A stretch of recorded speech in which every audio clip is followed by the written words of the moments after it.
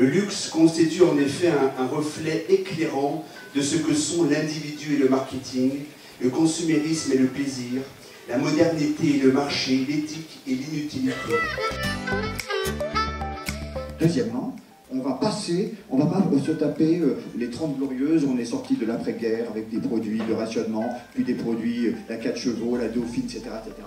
Tout de suite, on va dans ce qu'il y a de mieux.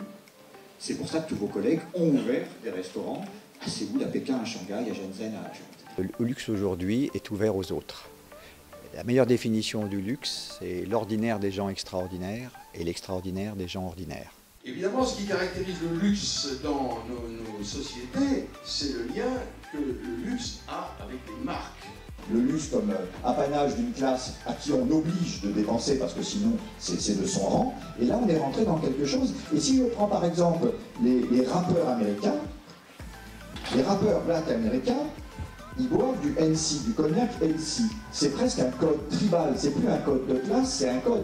Est-ce qu'on doit exister par la communication aujourd'hui quand on est une marque de luxe? Le luxe dans la maison Trois-Gros s'est construit lentement, jour après jour, et sans même le dire ou sans même s'en apercevoir. C'est la volonté de se dépasser et d'offrir le meilleur de soi-même, le meilleur, qui a conduit à ce résultat. Il faut étonner le client, il faut lui en donner peu, mais peu en quantité, mais beaucoup en étonnement, beaucoup en surprise, lui offrir quelque chose qu'il n'a jamais vu ailleurs. Valérie dit quelque part que l'expérience de l'art, c'est les impressions inutiles. On a une expérience esthétique lorsque nous éprouvons des sensations qui n'ont aucune utilité.